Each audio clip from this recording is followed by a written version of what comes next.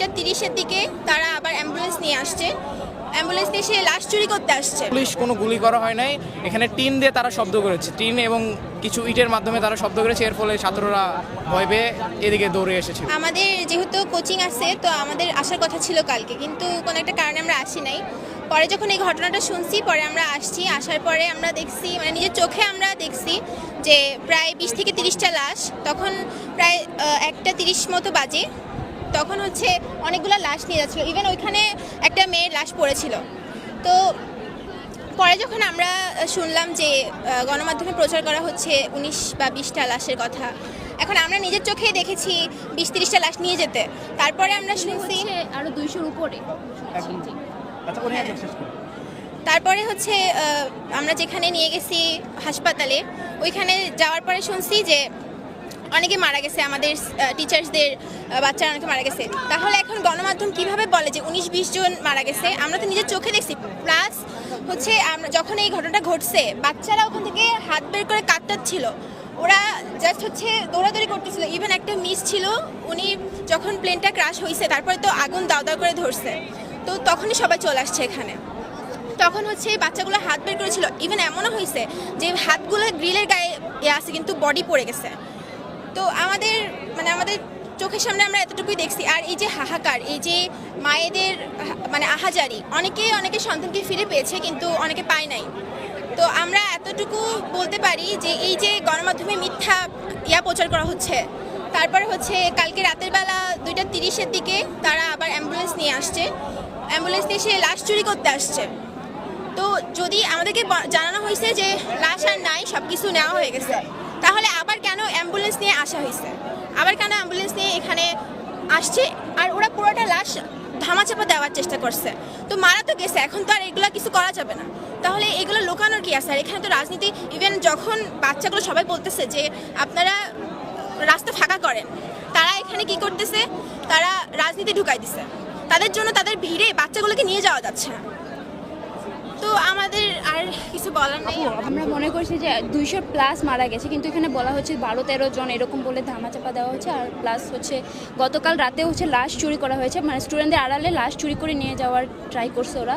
But স্টুডেন্টদের যারা হচ্ছে হোস্টেলে থাকে ওরা আটকাইছে, আর কেস ওরা হচ্ছে আটকাইছে, দেন হচ্ছে ওরা নিতে পারে নাই। ওরা হচ্ছে নিয়ে গেছে, বাট হচ্ছে অনেক কম নিয়ে যেতে পারছে, মানে স্টুডেন্ট আটকানোর জন্য। আপনারা জানেন যে গতকালকে আসলে মধ্যরাতে আমাদের আবাসিক ছাত্রছাত্রীদের লাইভের মাধ্যমে আমরা আসলে দেখতে পাই যে মধ্যরাতে রাত আনুমানিক 2:30 বাংলাদেশ আর্মি, নেভি এবং এয়ারফোর্সের সেনা সদস্যরা এখান থেকে গোপনে মধ্যরাতে বালতি এবং বস্তাতে করে কিন্তু লাশের অবশিষ্ট অংশ এবং হাড্ডিগুলো সরায়। তখন হচ্ছে আমরা কিছু শিক্ষার্থী এখানে আসি এবং ঘটনা সম্পর্কে 100% নিশ্চিত হই এবং আজকের এই 6 দফা দাবি নিয়ে এখানে আসলে হাজির হই। এবং আপনারা আরও জানেন যে তারা বর্তমানে প্রকাশ করছে যে 25 জনের মতো নিহত হয়েছে, কিন্তু আমরা যারা তখন ঘটনাস্থলে উপস্থিত ছিলাম, স্কাউট, রোভার, বিএনসি ইউনিট, আমরা নিজেরাই 50-এর অধিক লাশ উদ্ধার করেছি। তাহলে তারা এখন কিভাবে আসলে 25 জনের কথা বলে? আমাদের ভাষ্যমতে আসলে 100-র অধিক হবে। আমাদের অবস্থানটা বলতে গেলে, আমরা এখন আমাদের যারা এসেছেন উপদেষ্টারা, তাদের সামনে আমরা আমাদের 6 দফা দাবিটি প্রকাশ করেছি। তারা বলেছেন আমাদের দাবিটা মেনে নেবেন, কিন্তু এই দাবিটা মেনে নেওয়ার জন্য তারা কোনো ডেডলাইন দিতে পারছেন না। আমরা নিশ্চিত না যে তারা এটা পালন করবেন কি না, কিন্তু তারা বলেছেন যে 6 দফা দাবিটি তারা মেনে নেবেন। আর বর্তমানে আপনারা তো দেখতেই পাচ্ছেন এখানে ছাত্ররা বাদেও, ছাত্ররা ছাড়া অনেক রাজনৈতিক দলের ছাত্ররা এসেছে এবং বিভিন্ন দলের লোকেরাও এতে অংশগ্রহণ করছে। এর ফলে একটু আগেই আপনারা হয়তো বা দেখতে পেয়েছিলেন যে বিশৃঙ্খলা হয়েছিল, একজনকে অনেক খারাপভাবে মারা হয়েছিল এবং অনেক বিশৃঙ্খল হয়েছিল। এবং তারা চেষ্টাও করেছে যে ওই জায়গায় বিভিন্ন ধরনের শব্দ করেছে যাতে ছাত্ররা ভয়ে পালিয়ে আসে। একটু আগে 4-5 বার ছাত্ররা এখানে পালিয়ে এসেছিল, তাদের শব্দ শুনে। এখানে কোনো টিনের বা কোনো আতঙ্ক করা হয় নাই, কোনো গুলি করা হয় নাই। এখানে টিন দিয়ে তারা শব্দ করেছে, টিন এবং কিছু ইটের মাধ্যমে তারা শব্দ করেছে। এর ফলে ছাত্ররা ভয় পেয়ে এদিকে দৌড়ে এসেছিল। মানে খুব সহজ কিছু প্রশ্ন, সেটা হইতেছে এই যে আমরা এখানে আসছি, গতকাল রাত সন্ধ্যা 6টা বাজে অভিযানটা সমাপ্ত ঘোষণা করা হয়েছে। রাত 2টা বাজে এখানে আবার অ্যাম্বুলেন্স ঢুকছে, পুলিশ, আর্মি সহ, দেশের আইন শৃঙ্খলা বাহিনী সহ। সেইটার প্রয়োজনীয়তা কেন পড়লো? এই প্রশ্নগুলোই তো আমাদের মনে আসলে উদ্রেক হয় যে একটা অভিযান যেটা সন্ধ্যা 6টা বাজে শেষ হয়ে গেল, রাত 2টা বাজে এখানে অ্যাম্বুলেন্স ঢুকলো, পুরা দেশের মানুষ বলতেছে যে লাশ গুম হচ্ছে, কিন্তু আসল পরিস্থিতিটা কেউই জানতেছে না। তো এই ধোঁয়াশাটার ভিতরে আমাদের রাখা কেন হয়েছে? আমাদের প্রশ্নটা খুবই সহজ, যে এই ধোঁয়াশাটা কে সলভ করবে? স্কুল অথরিটি থেকে এখন পর্যন্ত সেটা সলভ করা হলো না। কেন অ্যাম্বুলেন্স ঢুকলো রাত 2টায়? রাষ্ট্র থেকে কোনো করা হলো না। তাহলে এই ধোঁয়াশাটা কেন? আমরা তো আসলে টেকনিক্যালি রাষ্ট্রের সাথে কথা বলি না, আমরা এখনো ছোট মানুষ। টেকনিক্যালি কথা বলার তো কিছু নেই, আমরা তো ঘুরাই পেঁচায় কোনো প্রশ্ন করতেছি না যে আমি আরেকজনকে ফাঁসাবো, আরেকজনকে করবো, হেয় প্রতিপন্ন করবো, এরকম কিছু না।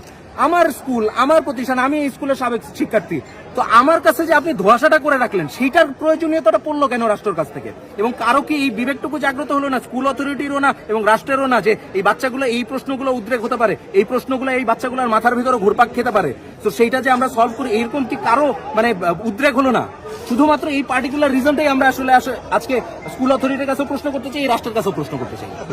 আপনাদের সহযোগিতা আমি একটা কথাই বলবো, শুধু আইনমন্ত্রীকে বলেন সুন্দর করে এটা সমাধান করতে। এখানে যে এই যে কথা বলে গেছে একজন বাচ্চা, আমরাও গার্ডিয়ান, হয়তো আমাদের বাচ্চা এখানে আহত হয় নাই, নিহত হয় নাই, কিন্তু আমাদেরও বাচ্চা, আমিও মাইলস্টোনের একজন গার্ডিয়ান। তো সেই হিসাবে আইনমন্ত্রী যদি সকালে এখানে ঢুকে থাকে, এখন কয়টা বাজে? অন্তত 4টা-5টা বেজে গেছে না, প্রায় বাজে। উনি কেন সমাধান করে না এখানে? কেন এই যে উনি বলে গেছে পুলিশে মিষ্টি খাচ্ছে, ঠিক আছে, ওদের খিদে লাগছে, ওরা ওদেরকে দিতেই পারে, এই গার্ডিয়ানের সমাধান করে না কেন? উনি বাচ্চা পায় না, ওনার বাচ্চা খুঁজে দিচ্ছে না কেন? কতজন বাচ্চা মারা গেছে হয়তো 19 জন 21 জন না বলে সঠিক সংখ্যাটা কেন এখনো বলতেছে না? একদিন তো 2 দিন পার হয়ে গেছে, আজকে সারাদিন, কালকে রাত্রে থেকে মারা বিভিন্ন হাসপাতালে ঘুরে বেড়াচ্ছে, এখনো সঠিক কেন? আইনমন্ত্রী এখানে বসে কি করতেছে? উনি কি দেখতে আসছে? উনি তো ওই এসির নিচে বসে বলতে পারতো, আমাদের সঠিক ঘটনা বলতে পারতো যে আমরা দুঃখিত, এটাও তো বলে নাই। উনি তো কিছুই বলে না। উনি এখানে কি আছে আদৌ? আপনি কি জানেন? আপনারা জানেন ভিতরে আছে? তাহলে এখানে ছাত্ররা যে একসাথে হলো কেন হলো? তাই ছাত্ররা 1 নম্বর ছাত্রদের কথা ছিল গত রাত্রে 1টা থেকে 3টার ভিতরে কেন অ্যাম্বুলেন্স এখানে ঢুকলো?